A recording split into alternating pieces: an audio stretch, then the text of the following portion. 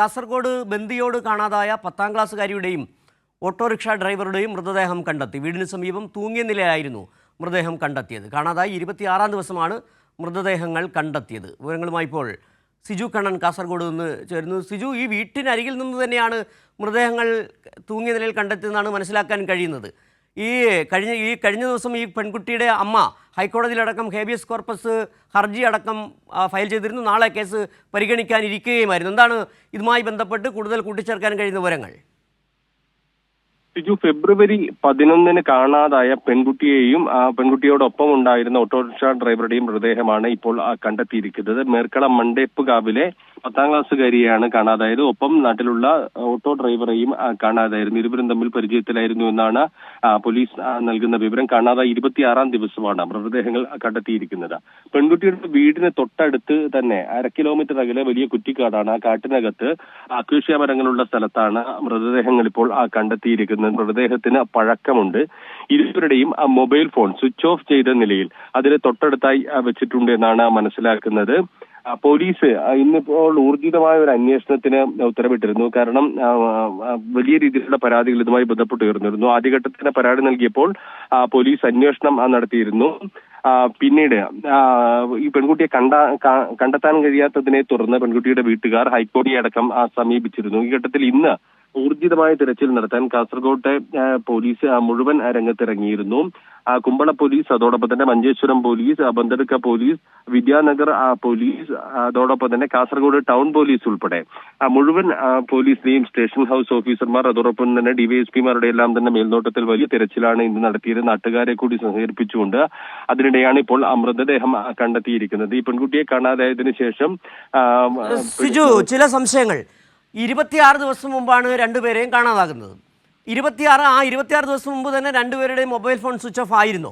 സാധാരണഗതിയിൽ mobile phone switch off ചെയ്യുമ്പോൾ അവസാനമായി ഈ മൊബൈൽ ഫോൺ ഉപയോഗിച്ച സ്ഥലം കണ്ടെത്താൻ കഴിയാറുണ്ട്.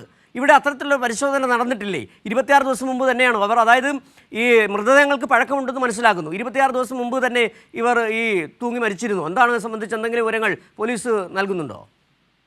ഈ മൃതദേഹത്തിന്റെ പഴക്കവുമായി ബന്ധപ്പെട്ട് മറ്റു വിവരങ്ങൾ ഇപ്പോൾ നിലവിൽ പോലീസിന് നൽകാൻ കഴിയുന്നില്ല. അത് ഇൻക്വസ്റ്റ് നടപടികൾ, അതോടൊപ്പം തന്നെ പോസ്റ്റ്മോർട്ടം നടപടികൾ ഉൾപ്പെടെ കഴിഞ്ഞാൽ മാത്രമേ അത്തരം ഒരു നിഗമനത്തിലേക്ക് എത്താൻ കഴിയൂ. ഏതായാലും ഇവരെ കാണാതായത് ഫെബ്രുവരി 11 ഈ 10ാം ക്ലാസ്സുകാരിയെ, അതോടൊപ്പം തന്നെ തൊട്ടടുത്തുള്ള ഓട്ടോ ഡ്രൈവറെയും കൂടി കാണാതായപ്പോൾ പെൺകുട്ടിയുടെ ബന്ധുക്കൾ പരാതിയുമായി രംഗത്തെത്തി. അന്ന് തന്നെ പോലീസ് അന്വേഷണം നടത്തുമ്പോൾ അതേ നാട്ടിൽ തന്നെ ഇവരുടെ മൊബൈൽ ഫോൺ സ്വിച്ച് ഓഫ് ആയതായാണ് കണ്ടെത്തിയത്. പിന്നീട് ഈ പ്രദേശം കേന്ദ്രീകരിച്ച് പരിശോധനകൾ പോലീസ് നടത്തിയിരുന്നു. പക്ഷേ കൃത്യമായും ഇവർ എവിടെയുണ്ട് എന്ന് കണ്ടെത്താൻ കഴിഞ്ഞില്ല എന്നുള്ളതാണ്. അന്ന് തന്നെ മൊബൈൽ ഫോൺ സ്വിച്ച് ഓഫ് ആയിരുന്നു എന്നാണ് പോലീസ് നൽകുന്ന വിവരം. ഇതുമായി ബന്ധപ്പെട്ട ആക്ഷൻ കമ്മിറ്റി ഉൾപ്പെടെ നാട്ടുകാരുടെ നേതൃത്വത്തിൽ രൂപീകരിച്ച് ശക്തമായ പ്രതിഷേധം ഉയർത്താനുള്ള ഒരു ശ്രമമാണ് നടത്തിയത്. ഇതിന്റെ ഒരു ഗൗരവം ഉൾപ്പെടെ വീടിന് എത്ര അരികിലാണ് ഈ കാട് എന്ന് പറയുന്നത്, ഈ ഇവരുടെ മൃതദേഹം കണ്ടെത്തിയ സ്ഥലം? ഈ പെൺകുട്ടിയുടെ വീട്ടിൽ നിന്ന് 1/2 കിലോമീറ്റർ അകലെയാണ് മൃതദേഹങ്ങൾ കണ്ടെത്തിയത് എന്നാണ് ഇപ്പോൾ ലഭിക്കുന്ന വിവരം. പെൺകുട്ടിയുടെ വീട്ടിൽ നിന്ന് അധികം ദൂരെയല്ലാതെ വലിയ കുറ്റിക്കാടാണ്. ഈ കാട്ടിനകത്ത് അക്വേഷ്യ മരങ്ങൾ നിറഞ്ഞ പ്രദേശമാണ്. ആളുകൾ അധികം അങ്ങോട്ട് പോകാത്ത പ്രദേശമാണെന്നാണ് നാട്ടുകാർ പറയുന്നത്. അവിടെയാണ് തൂങ്ങി മരിച്ച നിലയിൽ മൃതദേഹം കണ്ടെത്തിയിരിക്കുന്നത്. ഇരുവരുടെയും മൃതദേഹങ്ങൾ തൊട്ടടുത്ത് തന്നെയാണുള്ളത്. ഒരേ സ്ഥലത്ത് തന്നെ തൂങ്ങിയ നിലയിലാണ് രണ്ടുപേരുടെയും മൃതദേഹം ഉള്ളത്. ഇവരുടെ മൊബൈൽ ഫോണും ഈ തൊട്ടടുത്ത് കാണുന്നുണ്ട്. മൊബൈൽ ഫോണും സ്വിച്ച് ഓഫ് ചെയ്ത നിലയിലായിരുന്നു. പോലീസ് ഏതായാലും സ്ഥലത്തെത്തി വിശദമായ പരിശോധനകൾ നടത്തി വരികയാണ്. മൃതദേഹങ്ങൾ അല്പസമയത്തിനകം ഇവിടെ നിന്ന് മാറ്റുമെന്നാണ് മനസ്സിലാക്കുന്നത്. തുടർ നടപടികൾക്കായി മാറ്റും. ഇൻക്വസ്റ്റ് നടപടികൾക്ക് ശേഷം പോസ്റ്റ്മോർട്ടം ഉൾപ്പെടെ ഉണ്ടാകും. കാസർഗോഡ് ജനറൽ ആശുപത്രിയിലായിരിക്കും പോസ്റ്റ്മോർട്ടം നടപടികൾ പൂർത്തിയാക്കുക എന്നാണ് മനസ്സിലാക്കുന്നത്. ഏതായാലും 26ാം ദിവസമാണ് മൃതദേഹം ഇപ്പോൾ കണ്ടെത്തിയിരിക്കുന്നത്. വലിയ പ്രതിഷേധമാണ് ബന്ധുക്കളുടെ ഭാഗത്തു നിന്നുണ്ടായിരുന്നത്. അതുകൊണ്ട് തന്നെ ഇന്ന് കാസർഗോഡ് ജില്ലയിലെ പോലീസ് സംവിധാനം പരമാവധി ഉപയോഗിച്ചുകൊണ്ട് 5ഓ 6ഓ പോലീസ് സ്റ്റേഷനിലെ ഹൗസ് ഓഫീസർമാർ എല്ലാവരും തന്നെ ഒരുമിച്ച് നിന്നുകൊണ്ട് നാട്ടുകാരെ കൂടി സഹകരിപ്പിച്ചുകൊണ്ടുള്ള ഒരു തെരച്ചിലാണ് നടത്തിയത്. ഏതായാലും മൃതദേഹത്തിന് എത്ര ദിവസം പഴക്കമുണ്ട് എന്നുൾപ്പെടെയുള്ള കാര്യങ്ങളിൽ ഒരു വ്യക്തത വരേണ്ടതുണ്ട്.